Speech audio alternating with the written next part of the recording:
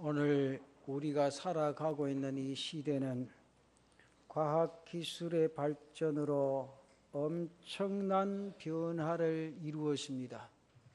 그러면서 문화의 혜택을 보면서 살아가고 있습니다. 우뚝 서 있는 빌딩들을 바라보고 그러면서 도로 위에 빼곡한 차들이 질주하는 것을 보면서 기술의 향상이나 발전된 문명에 대해 참으로 경이롭다 그렇게 생각을 해봅니다. 인간의 존재가 얼마나 대단한가를 생각해 보게 하는 모습입니다. 여러분, 불과 30-40년 전만 해도 우리나라가 이렇지 않았습니다. 길에 차를 가져가면 마음 놓고 달릴 수 있도록 한산했습니다. 출퇴근 시간에 러시 아워라는 게 있었습니까? 차가 막혀 지각했다는 말은 듣지를 못했습니다. 시골에서 도시로 한번 나가려면 하루에 2차례 들어오는 털털거리는 버스를 기다렸다가 그것을 타고 나가야만 했습니다. 그렇지 않으면 5리나 10리를 걸어 나가서 버스를 타서 볼일을 보기도 했습니다. 그러나 이제는 시골마다 집집마다 거의 다 차가 있습니다. 진화론적으로 보면 세계는 점점 진화되어 가고 있습니다. 그 변화 속에 인간이 순응하고 그에 맞는 삶을 살아가고 있다는 겁니다. 그런데 성경은 분명하게 이렇게 말씀을 하지요.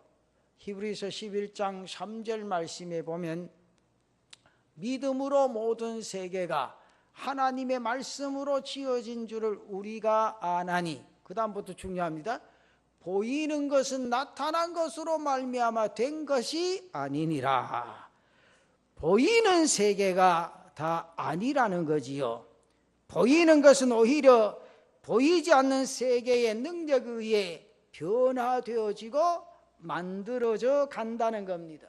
그리고 그 안에 엄청난 하나님의 경륜과 은혜가 있고 역사가 있습니다. 우리 그리스도인은 이 사실을 믿습니다. 비록 우리의 눈에 보이는 세상, 현실을 보고 그 현실 속에 살아가지만은 여기서 그치지 아니하고 더 소중한 것을 깨닫게 되고 그것을 붙잡게 된다는 겁니다. 그리고 현재만을 바라보지 아니하고 영원을 바라보고 살아갑니다. 땅에서 살지만 하늘나라의 삶을 살고 하늘을 향하여 걷고 있다는 거지요. 그리고 내 힘으로 살아가는 것이 아니라 하나님의 능력을 힘입어 살아가고 있다는 사실입니다.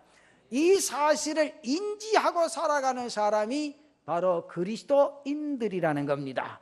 그리고 이 삶은 그리스도인으로서 하나님 안에서 살아가는 신령한 삶입니다. 여러분, 신령하다고 해서 신비적인 것을 의미하는 것이 아닙니다.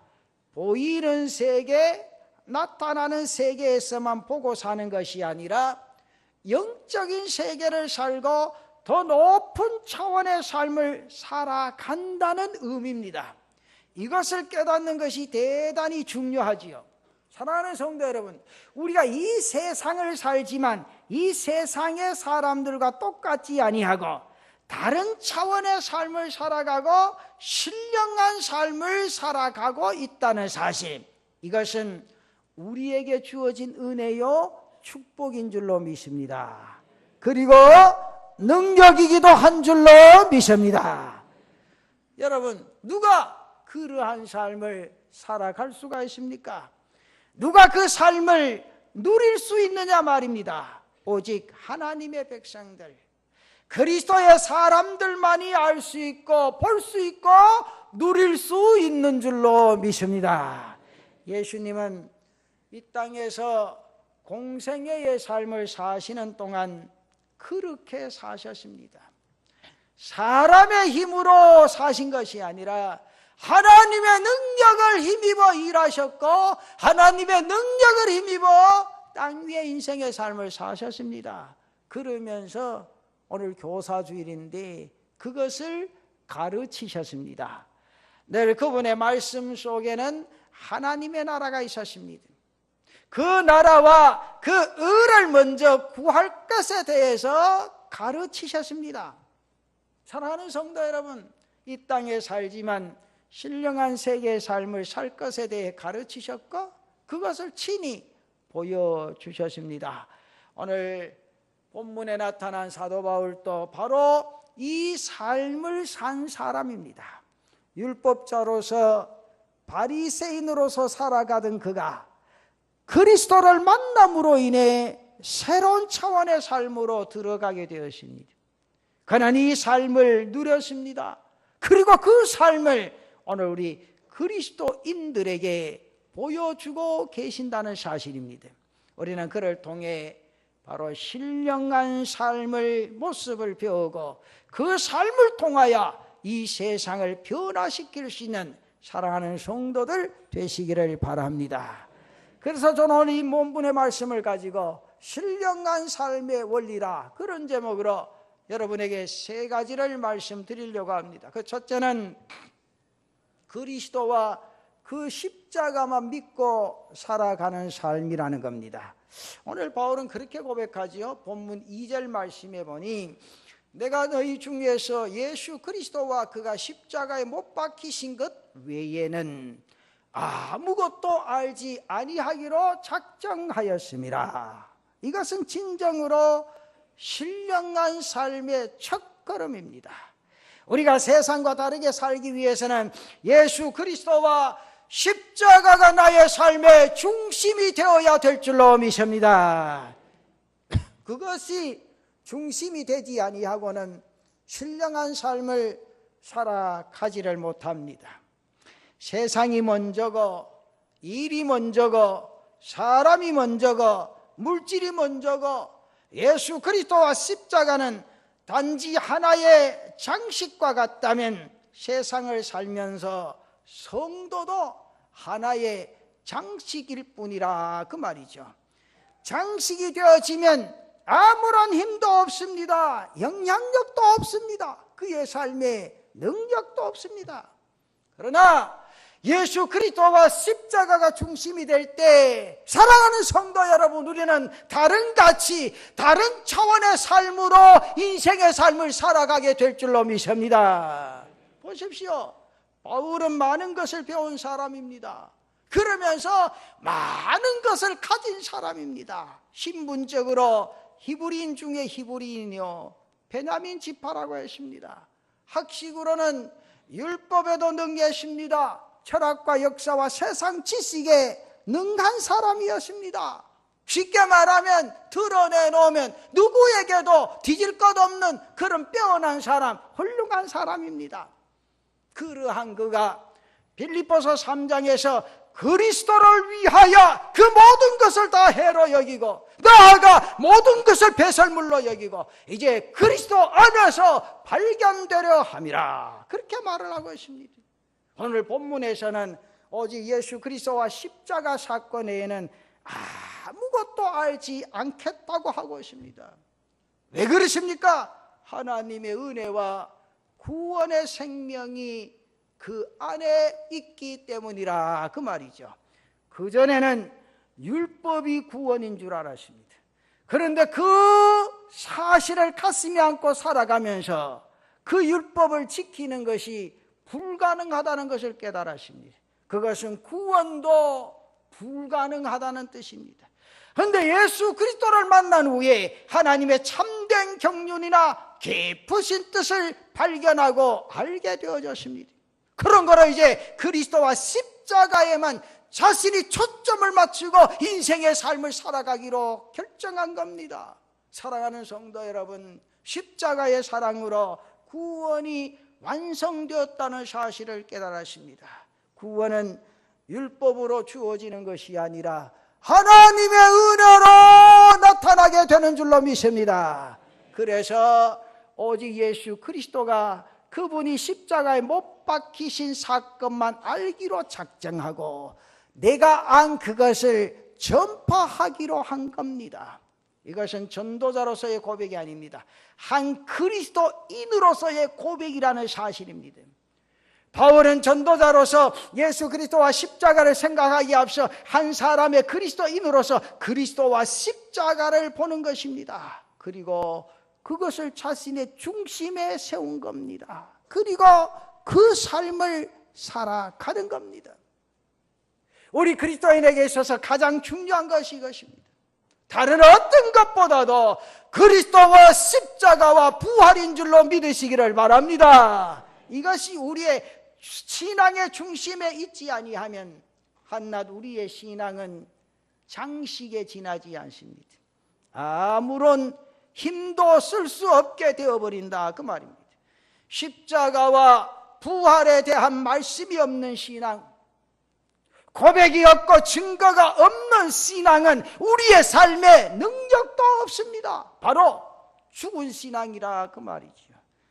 우리로 하나님의 사랑을 알고 그 은혜 안에서 사람을 구원하는 능력은 십자가와 복음이라는 사실입니다.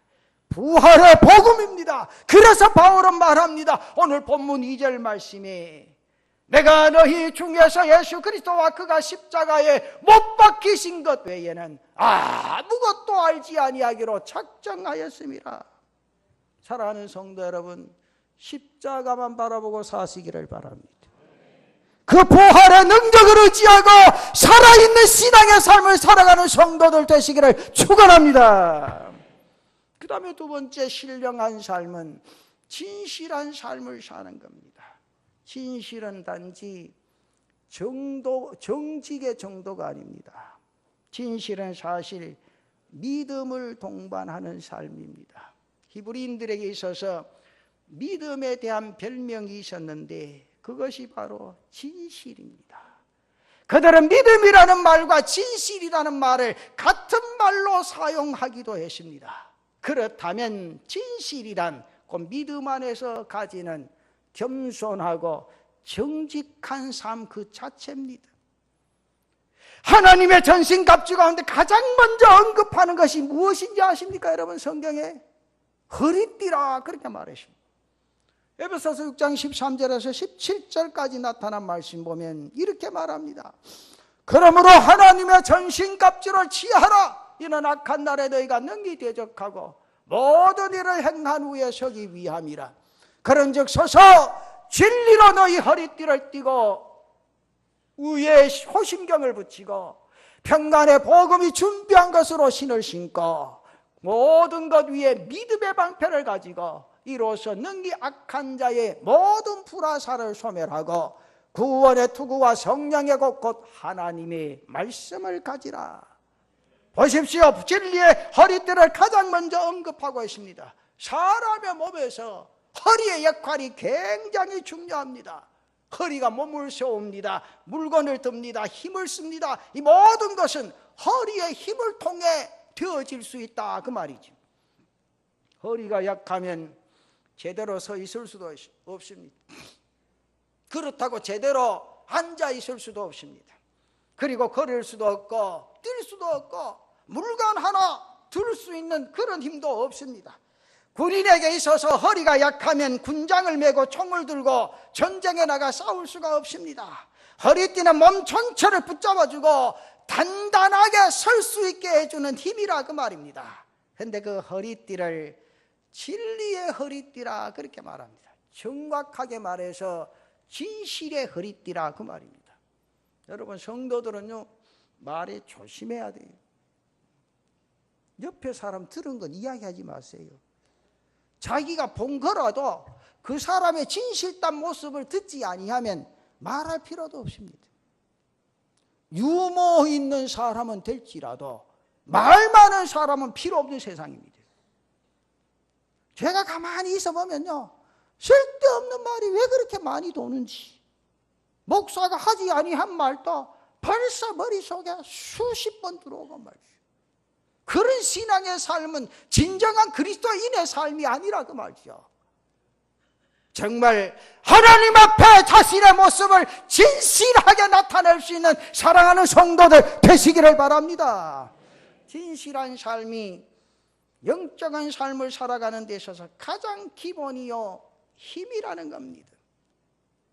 이 진실함이 우리로 영적인 삶, 신령한 삶으로 살아가게 하는 힘이 되는 줄로 믿습니다. 여러분, 사도 바울이 바로 이 진실함이 있었다 그 말입니다. 하나님이 들어 쓰시는 일꾼은요 진실한 사람을 들었습니다. 그 사람이 믿음 있는 사람이요. 저는 요새 정치하는 거 보면요 참 재밌는 게 많아요. 왜냐하면 무슨 청문회가 필요하고 무슨 국정조사가 필요하고 무슨 특검이 필요합니까?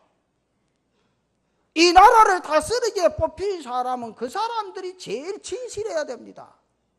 진실을 가지고 일할 때 하나님이 그에게 능력을 주시고 지혜도 주시고 이 나라를 다스릴 수 있는 권세도 주시는 줄로 믿습니다. 늘 그 사람들이 어서 존경을 받습니까? 네? 쉴 데 없이 말이지. 일 터지면 그거가 가만히 서가 구경이나 하고 말이지. 앉아가 좀 말만 해요. 말이 필요 없어요. 우리 예수 믿는 사람도 마찬가지요.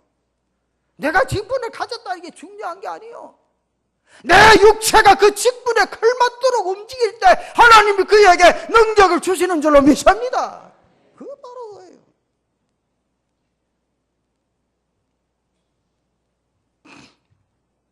사도 바울이 하나님 앞에 능력 있게 쓰임받게 된 거는 그의 삶이 진실했다.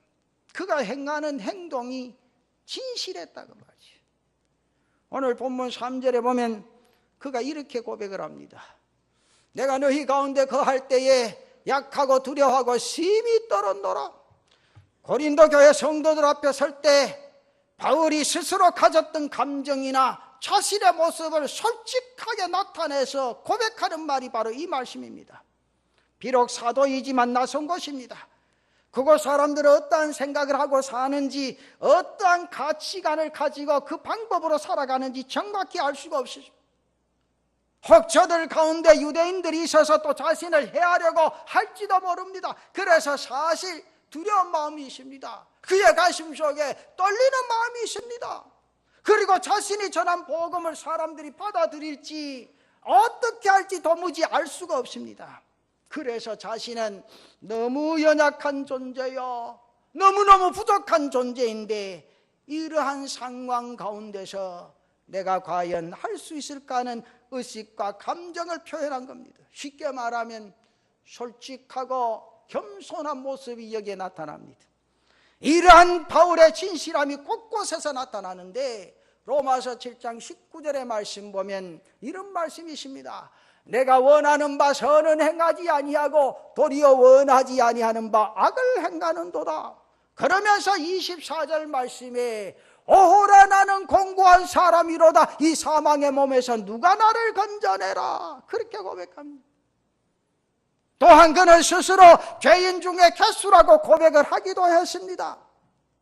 감히 하나님 앞에 사람들 앞에 설 수 없는 부끄러운 자이지만 그래도 하나님께서 나를 세우셨기에 사도의 일을 감당하노라고 정직하게 말하고 있습니다. 이것이 바로 바울의 강점입니다. 스스로 약함을 알기에 그분을 의지할 수밖에 없습니다. 약한 그를 성령께서 함께 하시고 복음을 전하게 하시고 일하게 하셨다는 말입니다. 그래서 바울이 고백을 합니다. 약할 그때가 곧 강함이라. 약할 때 오히려 하나님의 은혜로 인하여 그분의 능력을 힘있기에 강하다는 사실을 발견하고 깨닫게 되었노라 그 말. 이것이 바로 그의 진실함이라 그 말. 그리고 하나님 안에서 살아가는 신령한 삶의 방법이라는 것을 우리에게 말씀해 주시고 있습니다. 사랑하는 성도 여러분, 하나님은 진실한 사람을 통하여 일하시는 줄로 믿으시기를 바랍니다. 교만한 자를 물리치시고 겸손한 진실한 사람에게 은혜를 베푸시고 그를 붙드시고 역사하시는 줄로 믿습니다. 그런 거로 예수 믿는 사람이라면 우리 그리스도인들이라면 능력 있게 살기 위해서 진실한 삶을 이루어갈 수 있는 성도들 되시기를 바랍니다. 여러분, 남편한테 진실하십시오. 아내한테 진실하십시오. 자식들한테 진실하시기를 바랍니다. 부모님 앞에 진실하시기를 바랍니다. 성도로서 하나님 앞에 진실된 삶을 살아갈 때 하나님이 그를 통한 놀라운 역사를 이루어 주실 줄로 믿습니다. 주님과 함께하는 사람은 절대 말이 없습니다. 그분이 따라가시는 그 십자가의 발자취를 차분하게 따라가면 됩니다. 여러분, 이게 중요해요. 저는 목회하다가 깜짝 놀릴 때가 많습니다. 목사가 그렇게 한 주간 준비해서 기도하고 말씀을 외쳐놓으면 어디 가서 헛된 소리 듣고 거기에 은혜가 있더라. 쫓아가가 그 말이 진실이냐 말하는 거 보면요, 좀 나쁘게 표현하면 속에 뭐가 올라가요. 딴 데 좀 쫓아다니지 마요. 딴 데 쫓아다닌다고 본교회 새벽기도 다 놓치고 금요기도 다 놓치고 말이요. 그러면서 그것이 진실이냐 착각하지 마세요, 여러분. 하나님은 이 재단을 통하여 임재하시는 줄로 믿습니다. 중요하다는 사실이요. 제가 말씀 외에 다른 거 외칩니까? 성도들 분명히 인지하십시오. 내가 왔다 갔다 흔들림이 있을 때 그 신앙은 벌써 목사가요, 제가 어리숙해 보이죠. 그러나 주일날 딱 서서 예배 드리는 태도 보면 대충 알아요. 조금 가시에 찔리겠다 싶으면 고개 푹 숙이가 말이야. 눈 시그시 감고 말이야. 사람을 봐도 똑바로 한번 쳐다보기 째본다니까요. 그러지 마세요. 목사가요, 여러분 잘 되기를 원합니다. 여러분 복 받기를 원합니다. 하나님 앞에 사랑받기를 원합니다. 그 삶을 위해서 목사가 말씀을 외치는 거예요. 오늘 이 성경에 진리의 허리띠를 띠라 진실하고 정직하면 하나님이 그를 들어 서신다고 말이요. 쪽지에 제가 이름 돌릴 필요 없어요. 그거 쪽지 돌려가지고요, 중직자 된 사람은 교회 일 제대로 한 사람 하나도 못 봐도 목사가요. 웃긴다니까. 제가 쪽지 없어질 때까지 공동이 안 합니다. 앞으로. 무슨 그런 버릇이 있어요, 여러분. 생각해봐요. 자기가 그렇게 자신이 있어요? 자기가 그렇게 믿음이 있어요? 이 교회를 위해서 뜨겁게 충성하는 마음이 있다고 자기가 자신하느냐 그 말이요. 그런 사람 대놓으면 그 다음 날부터 그만 고개 딱하게 제끼가지고 막 예미긴다니까요. 제가 한두 번 봤어야 돼. 저도요, 목회한 지가 40년이 넘었습니다. 예? 그리고 몇 대째 신앙의 가문에서 보고 느낀 게 그거예요, 여러분. 우리는 중요한 것은 하나님 앞에 귀중하게 쓰임받을 수 있는 그러한 삶의 역사를 이루어갈 때 하나님의 놀라운 축복의 역사가 자신뿐만 아니라 대대로 그 삶 가운데 나타나게 될 줄로 믿습니다, 여러분. 이게 중요하다는 거 아니에요. 저끼리 삐져가 교회 나갔다 들렀다 하면서 욕은 목사한테 다 하고 말. 웃긴다니까요. 하나님은요, 진실한 사람을 통해 역사하십니다. 우리 교회가 진실할 때 하나님의 능력이 나타나게 될 줄로 믿습니다. 여러분 마음이 흐트러지지 아니하고 이 남북이 중학교를 통하여 마음이 모아질 때 지금보다 더 성숙한 교회가 될 줄로 믿습니다. 이게 중요한 거 아니에요. 그냥 형식적으로 주일날만 앉아있는 거라. 그냥 일주일 내내 딴 데 돌아다니다가. 우리가 그리스도인으로서 능력 있게 살아가기 위해서는 하나님 앞에 진실하셔야 됩니다. 하나님 앞에 진실하면 여러분의 마음의 소원을 하나님이 들으시고 역사해 주실 줄로 믿습니다. 그분 앞에 죄인됨을 고백하고 나의 연약함과 부족함을 고백할 수 있는 사람들입니다. 하나님이여, 나는 거짓된 인생입니다. 진실하지를 못했습니다. 나를 긍휼히 여겨 주시옵소서. 주께서 나를 도우시지 아니하시면 주님께서 나에게 힘 주시지 아니하시면 오직 이 땅 위의 인생의 삶을 주님과 함께 동행할 수가 없습니다. 하나님이 오늘도 붙잡으시고 주의 능력으로 역사해 주시옵소서. 이런 고백과 함께 주님이 그 손을 붙잡으시고 감각에 이 땅 위의 인생의 삶을 살아갈 수 있는 능력을 쏟아부어 주실 줄로 믿습니다. 베드로 사도가 오순절 성령 강림 후에 복음을 전할 때에 저들이 마음이 찔려 형제들아 우리가 어찌해야 할까 묻습니다. 그때 베드로가 사도행전 2장 38절에 그렇게 말합니다. 베드로가 이르되 너희가 회개하여 각각 예수 그리스도의 이름으로 세례를 받고 죄 사함을 받으라. 그리하면 성령을 선물로 받으리라. 진실할 때 성령의 역사가 일어나게 될 줄로 믿습니다. 우리는요 성령의 사람이 돼야 됩니다.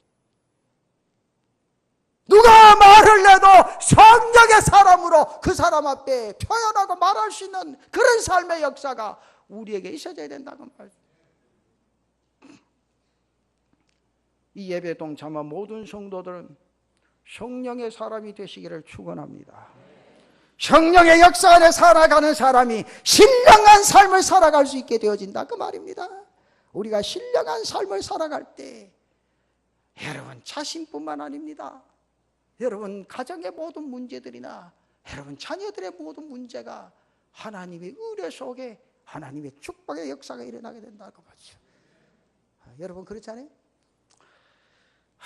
목사가요 답답할 때 많이 있지만요 자녀들 결혼할 때 그런 말들 종종 들어요. 수도 없이 듣습니다. 목사님 죄송합니다. 우리 자녀들이 주 안에서 한 가정을 이루어야 되는데 자식은 내 마음대로 못합니다. 마음대로 못하죠. 여러분 집에 있는 개도 여러분들 마음대로 합니까? 못합니다. 못해요. 사람이 할 수가 없어요. 왜 하나님의 자식을 하나님의 방법대로 안 기르고 내 방법대로 내 욕심대로 길러놓고 하나님, 목사님 자식은 사람만 내 부모 마음대로 안 된다고. 안 됩니다. 여러분 됩니까? 아이고야 부모 위에 서는 게 자식이요. 부모 머리 꺾대에 앉았다니까. 그 자식이 복받기 위해서는 하나님의 방법대로 양육하고 하나님의 방법대로 후원하라 그 말이요. 이게 중요한 거 아니에요 여러분. 그래 좀 하이소. 자식이 안 됐거들랑 지금이라도 기도하면서 내 손주들은 그렇게 되도록이라도 기도하이소. 자신은 그렇게 해놓지 안 하고 다른 사람 그렇게 사는 거 뭐 손가락질 할 때요 목사고 구역질 합니다. 구역질. 그래 놓고 다른 데 가서 은혜 받는다고 무슨 은혜가 임합니까 여러분? 생각해봐요. 내 삶이 하나님 앞에 진실하고 진솔하면 그 자손이 그대로 이어받게 되어지고 그러면서 하나님의 은혜가 내 삶을 통해서 역사하고 쏟아지게 된다고 말이에요. 마음 안 들면 너부터 딴 교회 가라. 나도 때가 되면 갈게. 그런 말을 자식 앞에 할 수가 있냐고 말이죠. 나는 어떠한 일이 있어도 이 교회 뼈를 묻고 이 교회를 통한 하나님의 역사를 이루어 가겠다는 그 결심과 다짐이 있게 되어질 때 하나님이 그 진솔한 마음을 보시고 그를 들어 쓰시는 줄로 믿습니다. 이 사실이 중요한 거지. 그래서 마지막 결론을 저는 그렇게 짓고 싶습니다. 신령한 삶은 성령을 힘입어 살아라 그 말이지. 사람이 자기 스스로의 능력으로 한다고 생각하면 그 순간부터 교만해집니다. 내가 말을 잘해서 다른 사람 앞에 리더를 잘해서 탁월한 능력이나 기술이 있어서 그는요 99%도 아니고 100% 교만해집니다. 이 교만에 빠지는 순간 하나님 필요 없게 되어진다고 말. 그분의 인도나 지혜가 필요 없게 되어진다고. 그런 거로 기도하지 아니하고 말씀 앞에 서지 아니할 때 하나님의 선하신 뜻이 나타나지 않는다고 말이죠.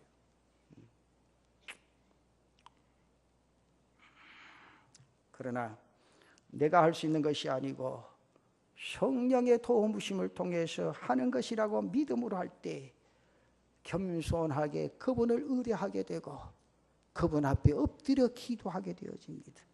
기도하게 되고 말씀 앞에 다가서면 그 모든 문제들은 하나님이 역사하시고 해결해 주실 줄로 믿습니다. 그래서 사도 바울이 이렇게 고백합니다. 고린도전서 2장 4절과 5절 말씀에 내 말과 내 전도함이 설득력 있는 지혜의 말로 하지 아니하고 다만 성령의 나타나심과 능력으로 하여 너희 믿음이 사람의 지혜에 있지 아니하고 다만 하나님의 능력에 있게 하려 하였노라. 사실 바울이 전도할 때요, 그 언변이 그렇게 탁월하지를 아니했습니다.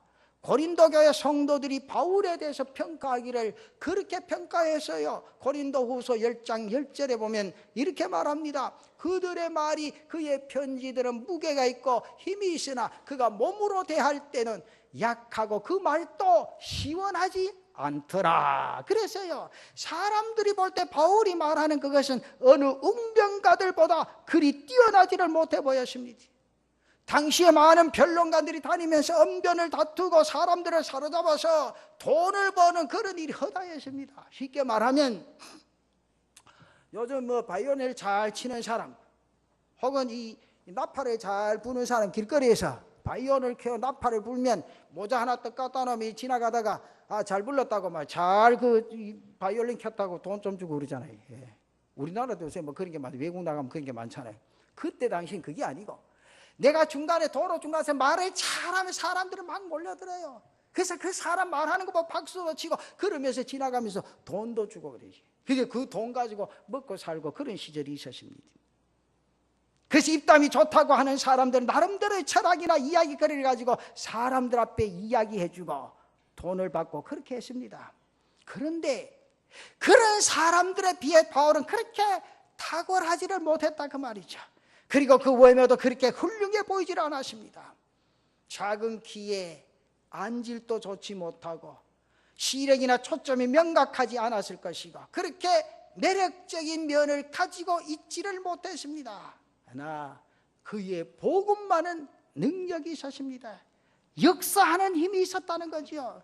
그래서 그가 복음을 전할 때 수많은 사람들이 예수를 믿게 된 줄로 믿습니다. 데살로니가 교회 사람들은 바울의 말을 하나님의 말씀으로 받아들였습니다. 그러면서 짧은 기간에 그 교회가 든든히 서가게 되어졌다 그 말입니다. 사랑하는 성도 여러분, 여기에 중요한 것이 있습니다. 바로 성령의 능력과 큰 확신으로 했다는 겁니다. 데살로니가전서 1장 5절 말씀에 보면 이는 우리 복음이 너희에게 말로만 이른 것이 아니라 또한 능력과 성령과 큰 확신으로 된 것임이라. 우리가 너희 가운데서 너희를 위하여 어떤 사람이 된 것은 너희가 아는 바와 같으니라. 그렇게 말합니다. 내가 하는 것이 아니라 성령의 능력으로 하는 것이라는 의식과 또 그 능력을 힘입어 하는 사람은 그분을 의뢰하게 되고 그분을 의지할 수밖에 없는 줄로 믿습니다. 그렇게 의지할 때 성령이 함께 해 주실 줄로 믿습니다. 그 성령이 함께 할 때 우리는 주님과 함께 이 땅 위의 인생의 삶을 믿음으로 살아가게 될 줄로 믿습니다. 그럴 때 역사하는 힘도 있게 될 줄로 믿습니다. 그때 우리는 신령한 삶을 살아갈 수 있다 그 말이죠. 사랑하는 남부민중학교의 성도 여러분, 우리 그리스도인들은 세상에서 살지만 다른 차원의 삶을 사는 사람들입니다. 세상 사람들은 보이는 것만 보고 살지만 우리는 보이지 않는 세계를 바라보고 살아갑니다. 저들은 땅의 삶을 살지만 우리는 하늘의 삶을 살아가고 있습니다. 저들은 현재의 삶을 살아가고 있지만 우리는 영원을 살아가는 그리스도인들입니다. 저들은 육신의 삶을 살고 있지만 우리는 신령한 삶을 살아가는 하나님의 백성임을 믿으시기를 축원합니다. 그래서 예수 그리스도와 그분의 십자가에 못 박히심과 그분의 부활을 바라보며 사는 삶이, 이것이 바로 신령한 삶의 모습이라 그 말입니다. 이것이 하나님께서 이 땅에서 우리에게 주신 하나님이여 하나님의 선물인 줄로 믿으시기를 바랍니다. 오늘 이 시간부터 이 삶을 지켜나가는 성도들 되시기를 바랍니다. 이 삶을 누릴 수 있는 은혜가 여러분들에게 있으시기를 바랍니다. 그래서 여러분 이 땅에 능력 있는 삶을 살아가는 성도들 되시기를 축원합니다. 말로나 지혜로 하는 것이 아니고 신령한 삶의 능력으로 하게 되면 역사가 일어나게 되어진다고 말입니다. 믿음에는 분명히 역사가 있습니다. 우리 남부민중과 함께 이런 역사가 일어나기를 바랍니다. 그러기 위해서 여러분들 진실한 삶을 통하여 마음이 하나 되어지고 오직 그분과 함께 이 땅 인생의 삶을 믿음으로 살아가는 사랑하는 성도들 되시기를 바랍니다.